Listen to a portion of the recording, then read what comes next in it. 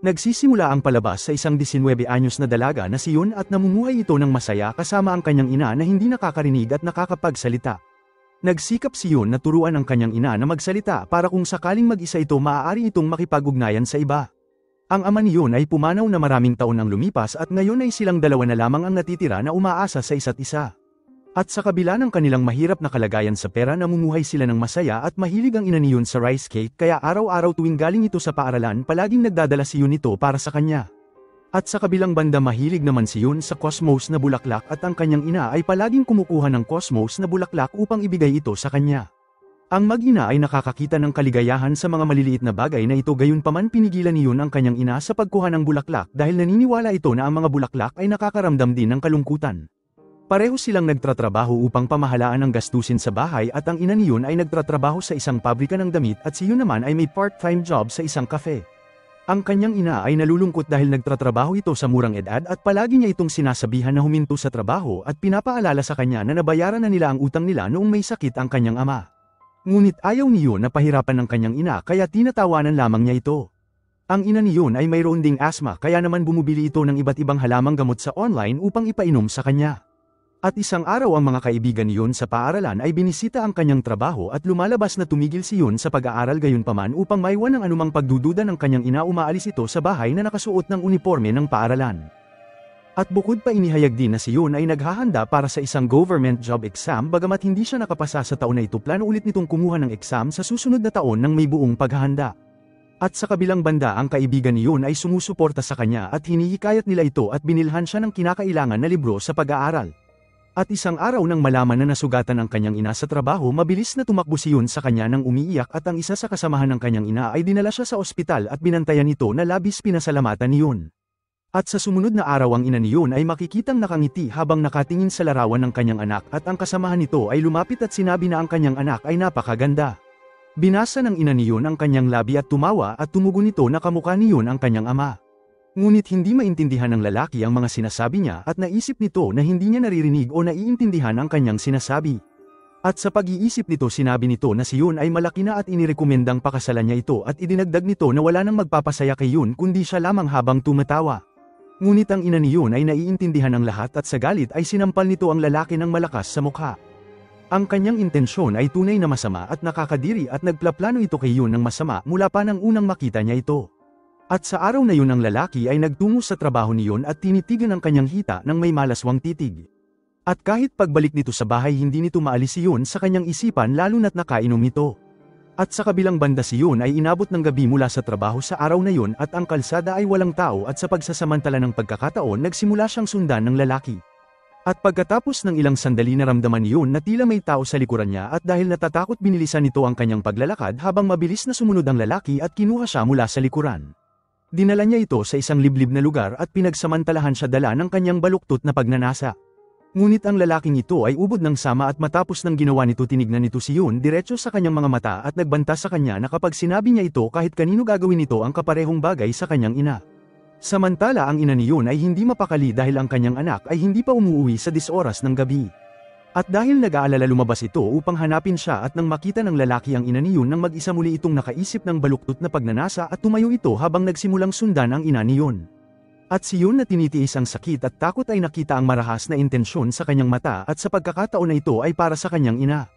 At sa pagtipo ng natitirang lakas nito tumayo ito at kinuha ang isang bato at pinalo ang lalaki ng malakas sa kanyang ulo. Ang pag-atake ni Yun ay nagpatunay na nakakamatay at ang lalaki ay binawian ng buhay sa lugar dahil sa matinding pinsala. At sa sumunod na eksena nakita ni Yun ang kanyang sarili na inaresto sa kasong pagpatay at ang mga pulis ay walang nakitang malinaw na ebidensya na kumilos ito bilang pagtanggol sa kanyang sarili. At kahit pa pinaniniwalaan ng pulis ang kanyang statement ang batas ay nangangailangan ng ebidensya at bilang resulta ang kaso ay hindi na tinuturing self-defense ngunit tinitignan bilang isang pagpatay. At upang iligtas si Yun inimungkahi ng kanyang abogado na lumabas ito sa publiko at sumali sa organisasyon ng mga kababaihan at ipaglaban ang katarungan ngunit hindi pumayag si Yun at ayaw nitong malaman ng kahit sino man ang tungkol sa nangyari sa kanya. At ayaw rin ito na maawa ang iba sa kanya na para bang isang babae na wala ng pag-asa. At mula nang isinilang ito ang mga tao ay ganun ang tingin sa kanya at hindi na niya ito kayang tiisin pa. Pinaliwanag nito ang kaparehong bagay sa kanyang ina at dahil wala nang ibang pagpipilian parehong naiyak ang mag-ina nang walang magawa. At ilang araw ang lumipas, ang araw ng pagdinig ay dumating at dahil sa kakulangan ng ebidensya hinatulan si Yoon ng korte ng 5 taon sa bilangguan para sa kasong pagpatay. At nang marinig ang hatol, ang ina ni Yoon ay nagmakaawa sa hukom at niyakap ang kanyang ina habang umiiyak ng labis sa loob ng korte. At sa bilangguan si Yoon ay dinala sa kanyang silid kung saan 5 pang babae ang makakasama niya. At sa oras na pumasok si Yoon, ang isa sa mga babae ay nagsimulang bugbugin siya dahil lamang nasagi siya ni Yoon, at nang makita na nabugbog si Yoon, ang iba pang inmate ay nakialam at pinigilan ang babae. At sa gabing yun si Yoon ay umiiyak ng husto at iniisip ang kanyang ina dahil ito ang unang pagkakataon na nahiwalay sila sa isa't isa. At sa sumunod na umaga ang lahat ng inmate ay kumain ng magkakasama at hindi naman sila kasing sama ng iniisip ni Yoon, at bawat isa sa kanila ay may kanya-kanyang kwento. Ngunit ang isa sa kanila ay namumukod tangi at nakasuot ito ng ibang uniform na kulay pink na hindi tulad ng iba. At nang magtanong si Yoon sa kanya, tumugon nito na siya ang pinakamahusay na bilanggo sa buong kulungan. At sa grupo nila mayroon din isang nakakatandang inmate na si Sanjay na tinatawag ng lahat na ate. At nang mapansin na hindi kumakain si Yoon, pinaliwanag ni Sanjay na sa pagdating ng panahon masasanay din itong mamuhay doon, at sinabi nito kay Yoon na kung hindi ito kakain ay wala itong lakas para magtrabaho. Sinabi rin ng mga inmate sa kanya na mababayaran sila sa trabaho na gagawin nila sa loob ng kulungan. At nang malaman ni Yoon na ang pinakamataas na sweldo sa loob ng kulungan ay ang pagkukumpuni, nagpa siya ito na kunin ang trabaho. Bagamat ang trabaho ay napakahirap, pinili pa rin niya na gawin ito, at pagkaraan ng ilang sandali ang lahat ng bilanggo ay itinalaga sa kanilang mga trabaho. At doon isang babae ang patuloy na nakatitig kay Yoon dahil siya ay maganda at bata pa. At habang kinukuha ang attendance ang opisyal sa loob ay napansin na si Yoon ay bago at sinabi sa kanya na ang numero ito ay 2037. At sa pagtatapos ng araw ng pagtatrabaho nang magtipon ng lahat, nagtanong si Yoon sa opisyal kung matatanggap ba nito ang kanyang sahod, at nang marinig ito nainis ang opisyal sa kanya at sinabing wala itong makukuhang pera, at pinagalitan niya ito at sinabing siya lamang ay isang bilanggo. At sa gabing yun habang ang lahat ng preso ay natutulog, umupo si Yoon sa isang sulok at tahimik na umiiyak, at lumapit si Jay sa kanya at sinabi sa kanya na nasa kulungan ito dahil sa pagpatay nito sa 5 tao. Pinaliwanag nito na mayroon siyang anak na lalaki na napatay ng isang lasing na lalaki na nagmamaneho ng isang sasakyan. At bilang tugon sinunog ni Sanjay ang buong pamilya ng lalaki ng buhay, at inamin nito na labis niyang pinagsisisihan ang kanyang ginawa, at pinayuhan nito si Yoon na ilabas nito ang kanyang nararamdaman, at sinabing ito lamang ang paraan para mahanap ang kapayapaan sa kanyang sarili. At sa panahon ng kanilang pag-uusap nalaman din natin na si Sanjay ay hinatulan ng kamatayan at ang araw nito ay papalapit na. At matapos na makinig kay Sanjay, nagsulat si Yoon ng sulat sa kanyang ina, at sa sulat sinabi nito sa kanyang ina na ayos lamang siya, at sinabi sa kanya na huwag ito mag-alala. At mula sa araw na yun, dahan-dahan nasanay si Yoon sa buhay sa bilangguan, at mabilis nitong natutunan ang mga trabaho at nagsimulang makisama sa iba pang babae sa kanyang selda. At ilang araw ang lumipas, ang ina ni Yoon ay binisita siya at dinala ang kanyang paboritong pagkain, ngunit sinabi ng guard sa kanya na ang pagkain galing sa labas ay bawal ipasok sa loob dahil magdudulot ito ng problema para kay Yoon. Labis itong masaya na makita ang kanyang anak pagkalipas ng matagal na panahon, at si Yoon ay labis din naging emosyonal nang marinig nitong sinabi ng kanyang ina ang kanyang pangalan kahit pa ang ina nito ay nahihirapan na magsalita. Pareho silang nagsimulang umiyak habang nakatingin sa isa't isa, at ang pagnanasa ng isang lalaki ay sinira ang isang masaya at tahimik na pamilya. At sa sumunod na umaga ang kalusugan ni Yoon ay lumala at hindi ito makabangon sa kanyang kama. At matapos na kumonsulta sa doktor, nalaman nito na siya ay buntis, at nang marinig ang balita na ito si Yoon ay labis nagulat, at matapos ang pinakamasakit na insidente sa kanyang buhay at sinusubukan nitong kalimutan ang lahat, ngunit pilit siyang binalik ng tadhana sa masakit na realidad. Ang tao na sumira sa kanyang buhay ay ang taong ama ng kanyang sanggol na dinadala, at dahil nawala na sa pag-iisip, nais nito na tumakas na sa bilangguan at yakapin ang kanyang ina at sumigaw ng malakas. Tumakbo ito patungo sa gate at sinubukan na buksan ito at umiiyak ng malakas at tinatawag ang kanyang ina. At nang makita ang kondisyon ni Yoon, mabilis siyang pinigilan ng mga pulis at dinala siya sa isang madilim na silid. At pagkatapos ng ilang sandali, ang mga kasama ni Yoon sa silid ay nalaman din ang kanyang pagbubuntis, at lahat sila ay labis na nag-aalala para kay Yoon dahil masyado pa itong bata para maging isang ina, at bukod pa ang bata ay anak ng rapist. At sa sumunod na araw inilagay ni Sanya si Yoon sa kanyang bisig at sinabi sa kanya na kahit ano pa ang sitwasyon, kailangan niya itong harapin ng may lakas ng loob. Inalagaan ni Sanjay si Yoon at dinala ito pabalik sa selda, at pagkaraan ng ilang sandali ang babae na bumugbog kay Yoon ay muli siyang inatake at hiniling kung bakit nito dinadala ang anak ng rapist. Pagkatapos ang iba pang preso ay dumating at pinigilan nito sa pananakit kay Yoon, at lumalabas na ang pag-uugali ng babae ay binuo ng tadhana at ang kanyang kwento ay katulad kay Yoon. Nagpatuloy lumipas ang araw at si Yoon ay huminto sa pakikipagkita sa kanyang ina, at iniisip na kung malalaman nito ng kanyang ina, labis itong mag-aalala tungkol sa kanya. Dumating ang kanyang ina para makita siya araw-araw ngunit tumanggi si Yun na makita siya at ang ina ni Yun ay labis na nanlumo at hindi maintindihan kung bakit nagbabago ang kanyang anak. At isang araw ilang babae na bilanggo mula sa ibang selda ang dumating at nagsimulang magbanta kay Yun at samantala isang babae ang lumapit sa kanya at sinabi na sumama ito sa kanya sa banyo. Ang babae ay may gusto kay Yun simula pa ng unang araw nito at nais siyang dalhin sa banyo para sexual siyang abusuhin nito. Ngunit sa mga sandaling yun dumating si Sanjay at nagsimulang magbanta sa preso sa pamamagitan ng paghila nito sa kanyang buhok at sinabi nito sa babae na kung papatay ulit ito ang parusa sa kanya ay kamatayan pa rin. At mula sa araw na yon ang lahat ay lumayo kay Yun dahil sa takot at habang lumilipas ang araw nakita ni Yun ang kanyang sarili na hindi nito kayang dalhin ang pagbubuntis. At isang araw sinubukan nitong sugatan ang kanyang tiyan gamit ang piraso ng salamin at nang makita ito ng galit na babae nagsimula itong sumigaw sa kanya at sinabi nito na huwag nito panatilihin ang bata at huwag din subukan patayin ang kanyang sarili. Ang lahat ay nagtipon at pinayuhan si Yun na maaaring itong humiling ng tulong sa media dahil maaaring makatulong sa kanya ang publiko. Itinuro nila na ang paggugol ng 5 taon sa bilangguan sa murang edad ay mababaliwala ang mahalagang oras ng kanyang buhay ngunit tumanggi si Yun na pumayag. At kahit pa handa ito gumugol ng 5 taon sa loob hindi nito magagawa na mamuhay na nakakaramdam ng hiya sa paglalantad dito sa mundo kung ano nangyari sa kanya at ang tanging paraan na natitira ay magpadala ng request para sa retrial sa korte. At dahil sa pagdadalang tao ni Yun inalis ito sa mabigat na trabaho at itinalaga sa magagaang na trabaho tulad ng pamamahala sa mga gamot na galing sa labas. Bagamat hindi nito nakikita ang kanyang ina nagsusulat ito ng liham sa kanya ng madalas at sinasabi sa kanya na huwag ito mag-alala. Madalas maging emosyonal ang kanyang ina sa tuwing mababasa nito ang mga liham ni Yun. At isang araw habang nagtatrabaho biglang nakaranas si Yun ng sakit sa tiyan at sa pagsusuri nalaman na 6 na buwan ng buntis si Yun bagamat hindi malaki ang kanyang tiyan ang sanggol ay maliit ngunit masigla.